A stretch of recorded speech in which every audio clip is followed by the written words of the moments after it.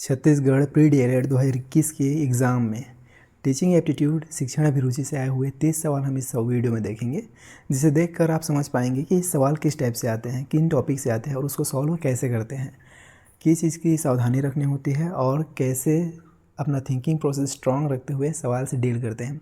तो चलिए शुरू करते हैं। इसमें पहला सवाल हम देखते हैं, शिक्षा के क्षेत्र में सर्वाधिक महत्वपूर्ण तत्व अभिरुचि है, यह विचार किसका था? Rousseau, Maria Montessori, McDougall, TP Nunn. इसका राइट आंसर क्या है? TP Nunn. उसके बाद अगला सवाल है, शिक्षक छात्रों में स्व अनुशासन की भावना किस प्रकार पैदा कर सकते हैं? उन्हें कठोर अनुशासन में रखकर, उन्हें जिम्मेदारी सौंपकर, अनुशासनहीनता पर उन्हें दंड देकर, उन्हें अनुशासन में रहने के लाभ बताकर। सबसे अच्छा तरीका क्या है? उन्हें जिम्मेदारी दे दो, वो डिसिप्लिन में खुद आ जाएंगे। उसके बाद अगला सवाल है, छात्रों के अनुकूल चरित्र निर्माण में सबसे अधिक महत्वपूर्ण भूमिका किसकी होती है? अध्यापक के उपदेशों के, स्वयं अध्यापक के आदर्श चरित्र की, सहपाठियों के व्यवहार की, बाहरी लोगों को व्यवहार की। इसका राइट आंसर क्या है? ऑप्शन बी, स्वयं अध्यापक के आदर्श चरित्र के। इसीलिए बोला जाता है टीचर को आदर्शवादी होने चाहिए। उसके बाद अगला सवाल है,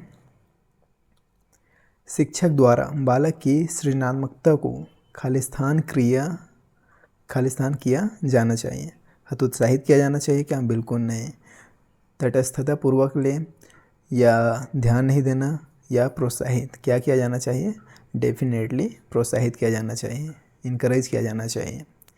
ऑप्शन डी इसका सही उत्तर हो जाएगा। उसके बाद अगला सवाल देखते हैं, कक्षा में छात्रों की लगातार लापरवाही को शिक्षक द्वारा खालिस्तान किया जाना चाहिए, नज़रअंदाज किया जाना चाहिए, दंडित किया जाना चाहिए, सहकर्मियों से चर्चा या अभिभावकों से चर्चा। क्या किया जाना चाहिए इसमें सबसे अच्छा तरीका है अभिभावकों से चर्चा करो इस बारे में, तब इसका सॉल्यूशन निकल जाएगा। उसके बाद अगला सवाल है, विषय आत्मबोधन परीक्षण है, निष्पादन परीक्षण, व्यक्तित्व परीक्षण, उपलब्धि परीक्षण या प्रक्षेपी परीक्षण। इसका राइट आंसर क्या हो जाएगा? ऑप्शन सी, प्रक्षेपी परीक्षण। उसके बाद नेक्स्ट क्वेश्चन है, अनुकूलनीय छात्रों के लिए अधिक संभावना है कि ड्रॉप आउट हो जाए, कक्षा में भाग ले, जवाब न दे, चुप रहे। इसका राइट आंसर क्या हो जाएगा? ऑप्शन बी, कक्षा में भाग ले। उसके बाद नेक्स्ट क्वेश्चन है, क्या शिक्षकों को भी कक्षा में अनुकूलनीय होना चाहिए? ना, कभी कभी, उपरोक्त में से कोई नहीं, या हाँ। ऑप्शन बी इसका सही उत्तर हो जाता है। छात्र खालिस्तान के द्वारा अनुकूलित होना सीख सकता है। किसके द्वारा सीख सकता है? स्कूल के माध्यम से। उसके बाद नेक्स्ट क्वेश्चन है, कक्षा में कुछ बालक निरंतर प्रश्न पूछते रहते हैं, तो शिक्षक को उनके साथ कैसा व्यवहार करना चाहिए? उनको शांत रहने को कहेंगे, प्रश्नों को शांतिपूर्वक सुनेंगे तथा उनके प्रश्नों के उत्तर देंगे, छात्रों के प्रति उदासीन रहेंगे, छात्रों को झिड़क देंगे। क्या करेंगे? छात्रों के प्रश्नों को शांतिपूर्वक सुनेंगे और उन प्रश्नों के उत्तर देंगे। Option B will be right answer. उसके बाद नेक्स्ट क्वेश्चन है, एक छात्र अगर गृह कार्य करके नहीं लाता तो शिक्षक उसे दंडित करेंगे? बिल्कुल नहीं। उसे दोबारा उसी गृह कार्य को दे देंगे, जानकारी प्राप्त करेंगे उसने गृह कार्य किस कारण से नहीं किया तथा गृह कार्य करने में मदद करेंगे, उसे परीक्षा से अनुत्तीर्ण कर देंगे। ऐसा तो करना नहीं है, ये आंसर भी ठीक नहीं लग रहा है। सबसे बेस्ट आंसर है ऑप्शन सी, इसका सही आंसर हो जाएगा। उसके बाद नेक्स्ट क्वेश्चन देखते हैं, कक्षा शिक्षण के समय शिक्षक को ध्यान रखना चाहिए कि शिक्षण शिक्षक के अनुसार हो, बाल केंद्रित हो, पाठ्य पुस्तक को जल्दी से संपूर्ण करने के लिए हो, उपरोक्त में से कोई नहीं। सबसे अच्छा क्या होगा? बाल केंद्रित हो, चाइल्ड सेंटर्ड। उसके बाद अगला सवाल है, स्कूली शिक्षा की सार्वभौमिकरण के लिए राज्य स्तरीय केंद्र अभिकरण नोडल अधिकरण है, कौन सा है? NCTE है, RMSA है, या NIOS है, या SCRT है? तो इसका राइट आंसर क्या है? Option D, state council of education research and training. उसके बाद नेक्स्ट क्वेश्चन है, शिक्षक द्वारा की जाने वाली प्रणाली विश्लेषण की प्रक्रिया एक भाग है, किसका एक भाग है? नियोजन संबंधी कार्य का, संगठन या व्यवस्था संबंधी कार्य का, अभिप्रेरण या नेतृत्व संबंधी कार्य का, या नियंत्रण का? इसका राइट आंसर क्या हो जाएगा? नियोजन संबंधी कार्य का। उसके बाद नेक्स्ट क्वेश्चन है, सेमिनार है, सेमिनार क्या है ये बताना है आपको। तो सेमिनार क्या है? किसी विशेष मुद्दे पर चर्चा के लिए व्यक्तियों की ऑनलाइन सभा, किसी विशेष मुद्दे पर चर्चा के लिए व्यक्तियों की सम्मुख सभा, किसी विशेष कार्य उन्मुख कारण से व्यक्तियों की सम्मुख सभा, उपयुक्त में से कोई नहीं। तो इसका राइट आंसर क्या हो जाएगा? ऑप्शन बी, किसी विशेष मुद्दे पर चर्चा के लिए व्यक्तियों की सम्मुख सभा। उसके बाद नेक्स्ट क्वेश्चन है, एक शिक्षक उत्तम परामर्शदाता है यदि वह अच्छा श्रोता है, गहन निरीक्षक है, सहानुभूतिपूर्ण एवं संवेदनशील है या उपयुक्त सभी। तो इसका राइट आंसर क्या हो जाएगा? उपयुक्त सभी। जब वो अच्छा श्रोता होता है, गहन निरीक्षक होता है और सहानुभूतिपूर्ण एवं संवेदनशील होता है तो वो एक उत्तम परामर्शदाता है। उसके बाद नेक्स्ट क्वेश्चन है, विश्वविद्यालय अनुदान आयोग की स्थापना किस अधिनियम के अधीन हुई थी? तो इसका राइट आंसर है, ये तो फैक्चुअल क्वेश्चन है ना, तो इसका राइट आंसर है विश्वविद्यालय अनुदान आयोग अधिनियम 1956। ये ईयर याद रखेंगे। उसके बाद नेक्स्ट क्वेश्चन है, निम्नलिखित में से कौन सा विकल्प अध्यापक शिक्षा कार्यक्रम की गुणवत्ता सुधार करने के लिए प्रत्यक्ष रूप से संबंधित है?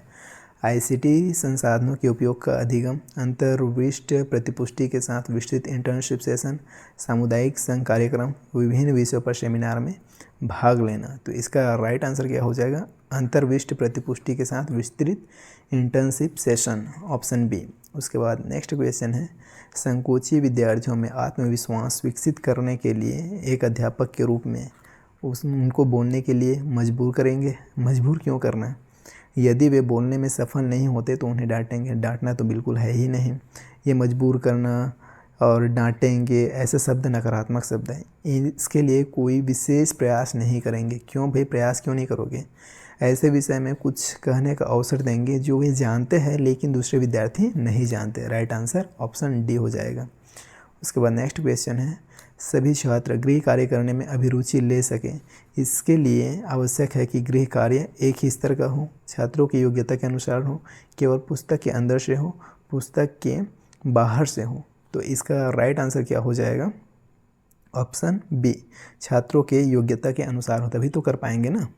उसके बाद नेक्स्ट क्वेश्चन है, एक अच्छा शिक्षक छात्रों को परीक्षा में उत्तीर्ण कराने पर बल देता है, सिर्फ मेधावी छात्रों पर ध्यान देता है। सिर्फ ये भी अपने आप में नेगेटिव शब्द है। छात्रों के सर्वांगीण विकास, ये है एकदम पॉजिटिव शब्द।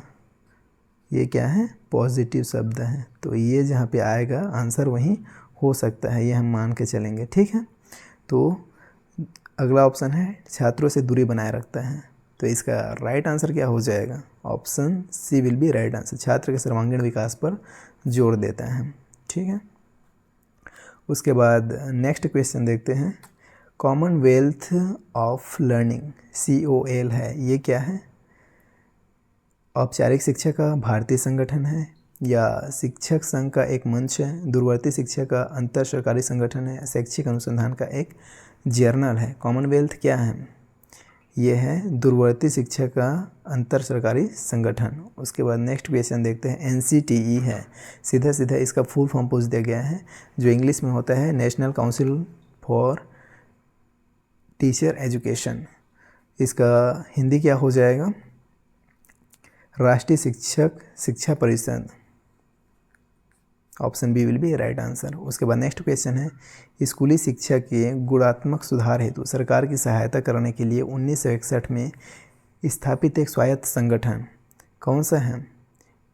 इसका राइट आंसर क्या है? NCERT, national council of education research and training, इसका फुल फॉर्म होता है। ये भी पूछ दिया जाता है तो इसको भी आप याद रखेंगे। उसके बाद नेक्स्ट क्वेश्चन है, शिक्षा का एक महत्वपूर्ण उद्देश्य जो सामाजिक अनुकूलन से जुड़ा है वो है समाज सेवा, सामाजिक समायोजन की योग्यता का विकास, अच्छा नागरिक बनाना, स्वतंत्र बनाना। तो इसका राइट आंसर क्या हो जाएगा? ऑप्शन बी, सामाजिक समायोजन की योग्यता का विकास। उसके बाद नेक्स्ट क्वेश्चन है, अनुकूलन का अर्थ है, अनुकूलन का क्या अर्थ है भाई?